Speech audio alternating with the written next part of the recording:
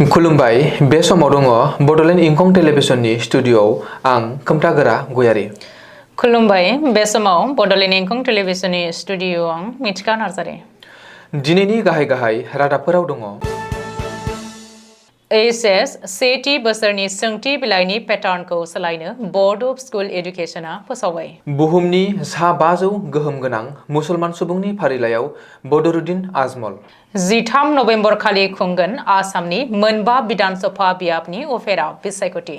करिमगन्जआव अर खामनानै गंसे माद्रासा सेवहांगार। सिलचर रेलवे स्टेशनाव नकल पुलिस अफिसारखौ ग्रेप्तार खालामदों। एसटिएफआ ड्राग्स फालांगिरिजों लोगोसे गंसे हेर'इन बथल जब्द खालामदों।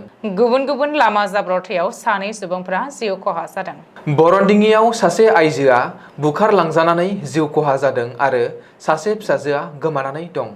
एशिया जथुमाव पाकिस्ताननि गाहाय मन्थ्रिया एस जयशंकरखौ लोगो हमदों। राभा हासंखौ सिक्स शेड्युल खालामनो धंकेश्वर राभानि दाबि। दिसपुरनि जनता भवनाव एक्साइज बिफाननि सासे मावख'गिरिया घुस लानानै हमजादों। त्रिपुरायाव बिएसएफआ म्यानमारनि सा 6 रहिंग्याखौ एरेस्ट खालामदों। दानिया फैदोनि आबुं रादाबाव।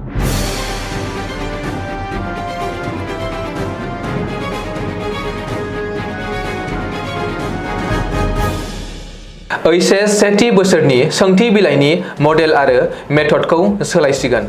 आसाम सोरखारनि सिङाव थानाय बर्ड अफ स्कुल एडुकेशनआ बे बिथोनखौ फोसावदों। मिन्थिनो हानाय बादिब्ला एचएस सेथि बोसोरनि मोन 12 आयदानि सोंथि बिलाइनि मडेल आरो मेथड एबा पेटार्नखौ सोलायनाय जागोन। गोदान पेटार्न बायदियै थिउरिया 50% नम्बर थागोन आरो बे सोंथिया एमसिकिउ जागोन। आद्रा 50%आ जोबोर गुसुं आरो गोलाव सोंथि जागोन। 2025 मायथाइनि एचएस सेथि बोसोरनि आर्टस, साइन्स आरो कमार्स मोनथामबो आयदायाव बे गोदान पेटार्न बायदियै आनजाद खुंगोन। बिगियान आयदानि फिजिक्स, केमिस्ट्रि आरो बाय'लजिखौ गोदान पेटार्न बायदियै खुंगोन। बे मोनथाम आयदानि 70 नम्बरनि गेजेराव 35 नम्बरा एबा एमसिकिउ आरो 35 नम्बरा जोबोर गुसुं आरो गोलाव सोंथि जागोन। बेबायदियैनो सानखान्थिनि 100 नम्बरनि गेजेराव 50 नम्बरा एमसिकिउ आरो 50 नम्बरा जोबोर गुसुं आरो गोलाव सोंथि थागोन। आर्ट्सनि पलिटिकेल साइन्स आरो इक'नमिक्सनि 80 नम्बरनि गेजेराव 40 नम्बरा एमसिकिउ आरो 40 नम्बरा जोबोर गुसुं आरो गोलाव सोंथिनि जागोन। Education, logic and फिल'सफियाव 50 number MCQ सोंथि थागोन आरो 50 नम्बरा गुबुन आयदाफोरनि बादिनो जागोन। कमार्सनि एकाउन्टेन्सि आरो फाइनेन्स आयदानि थिउरिनि 80 नम्बरनि गेजेराव 40 नम्बरा एमसिकिउ आरो आद्रा 40 नम्बरा जोबोर गुसुं आरो गोलाव सोंथिफोरनि जागोन। बुहुमनि सा 500 गोहोम गोनां मुसलमान सुबुंनि फारिलाइयाव मौलाना बदरुद्दीन आजमल। बुहुमनि गोहोम गोनां मुसलमान सुबुंनि फारिलाइयाव फिन जायगा मोननो हादों बदरुद्दीन आजमलनि मुङा। बे फारिलाइयाव आजिम प्रेमजी बदरुद्दीन आजमलजों लोगोसे भारतनि सा 25 सुबुङा जायगा मोनदों आरो आजमलआ सा सानजा ओनसोलनिफ्राय हारसिं।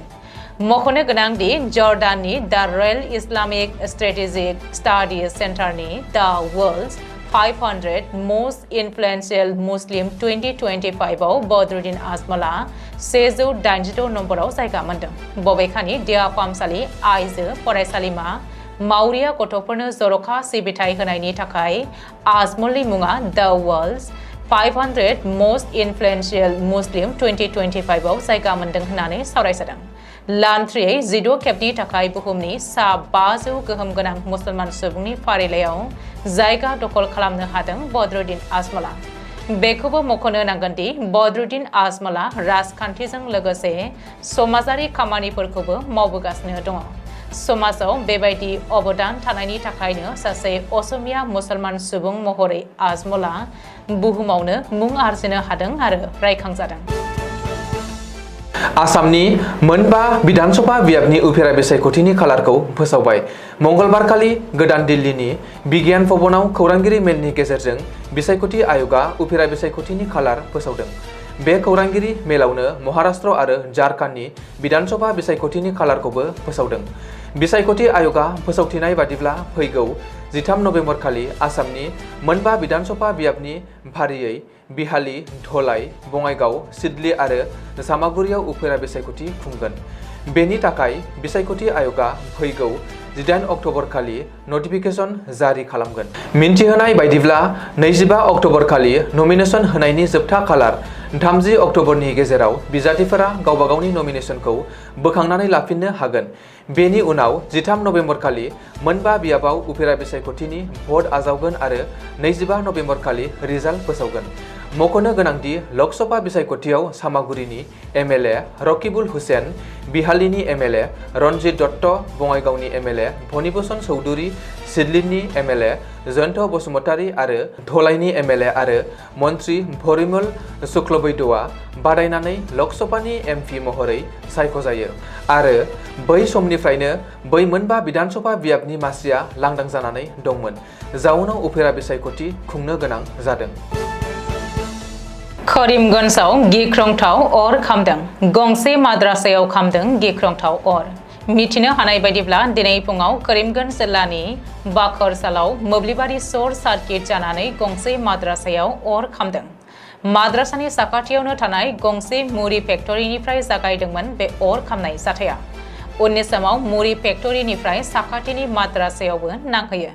बे गिख्रंथाव अर खामनाय जाथायाव मुरि फेक्टरिजों लोगोसे माद्रासा आरो साखाथिनोनो गंसे दंफां हाखावग्रा मिलाबो खामनानै सेवहांगार जायो। बबेखानि बे जाथायाव मस्जिदनि गोथार खरानजों लोगोसे धोरोमारि माखासे बिजाबफोराबो सेवहांगार जालांदों होननानै सुलुङाव फोरमायदों।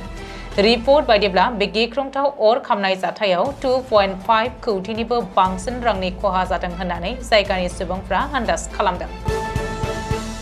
सोरखारि रेलवे पुलिस फोर्स एबा जिआरपिएफआ सिलचर रेलवे स्टेशनाव सासे नकल पुलिस अफिसारखौ ग्रेप्तार खालामदों। सुलुङाव फोरमायनाय बादिब्ला आसाम पुलिसनि खसाब गाननानै गंसे गारि बिनायखौ नोजोर होनानै आरो नांगौनि बारा आखु दिन्थिनायनि जाहोनाव रेलवे पुलिसआ सन्देह खालामनानै ग्रेप्तार खालामनानै नायबिजिरनो थिरांथा लानाय जादोंमोन।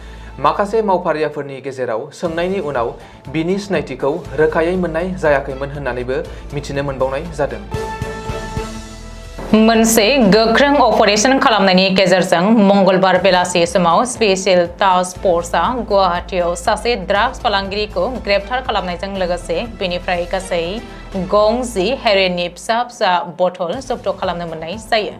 बे अपारेशनखौ बशिष्ठ पुलिस थानानि सिङाव थानाय सावकुसिनि शिवचरण र'डआव खालामनाय जादोंमोन।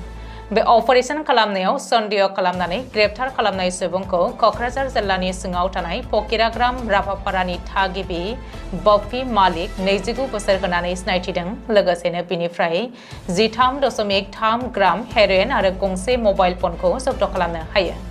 दासान्दि बे जाथायजों सोमोन्दो थानाय फालांगियारि खामानिखौ फोजोबस्रांनो सोरखारि मावफारियाफ्रा गोख्रोङै नाजानायखौ नुनो मोननाय जादों। नाहरकटियानि जयपुरनि साहा बागानाव मंगलबारखालि गंसे बोलेर' पिकआप गारिया सासे साइकेल सालायनाय सुबुंखौ हरखाबै सौख्रांनायनि जाहोनाव साइकेल सालायग्रा कृष्णपाल मुंनि सासे सुबुङा जायगायावनो जिउ खहा जायो। बेनि अनगायैबो गलपारायाव सोमजिनाय गुबुन मोनसे जाब्रबथाया सोराङाव फैदों।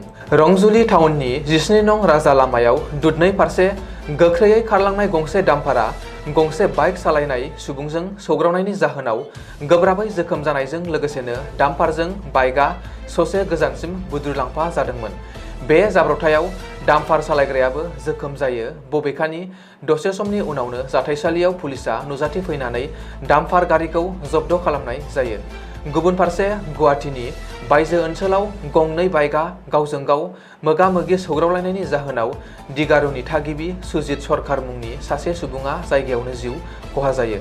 बे जाब्रबथायाव गोब्राब जोखोम जानाय मनजित नाथखौ दासान्दि फाहामथाय होनो देहा फाहामसालियाव लानानै थांनायबो जायो। गोख्रोङै बोहैनाय बरन्दी दैमायाव सासे आइजो आरो बिनि फिसाजोआ दुगैनो थांनाय समाव दैमानि दाहारजों बुखारजानानै जिउ खहा जानाय बिमानि गोथै सह'खौ बोखांनो मोन्दों। लोगोसेनो गोजावलांनाय सासे फिसाजोखौ खुनुरुखुमै रैखा खालामनो हायो। बे दुखुनांथाव जाथाया दरं जिल्लानि दुमुनि चौकी गामियाव जादोंमोन। बेनि अनगायैबो रैखाथि हान्जाया गोजावलांनानै गोमानानै थानाय अर्जिनि बेगम मुंनि सासे फिसाजोखौ दासान्दि नागिरगासिनो दं होननानै मिथिनो मोननाय जादों।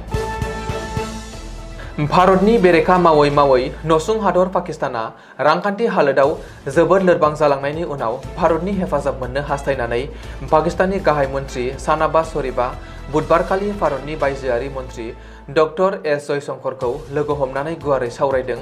एससिअ जथुमनि उफ्रा समाव मख'नो गोनांदि आथिखालाव सांघाई क'अपारेशन अर्गेनाइजेशन एबा एससिअनि जथुमा पाकिस्ताननि इस्लामाबादाव सोलिगासिनो दं। नोजोर होनो गोनांदि थांनाय 9 बोसोराव भारतनि बायजोआरि मन्थ्रिया पाकिस्तानाव दावबायहैनाया बेनो गिबि खेब। बेनि सिगाङाव पाकिस्तानाव दावबायहैनाय जायाखैमोन।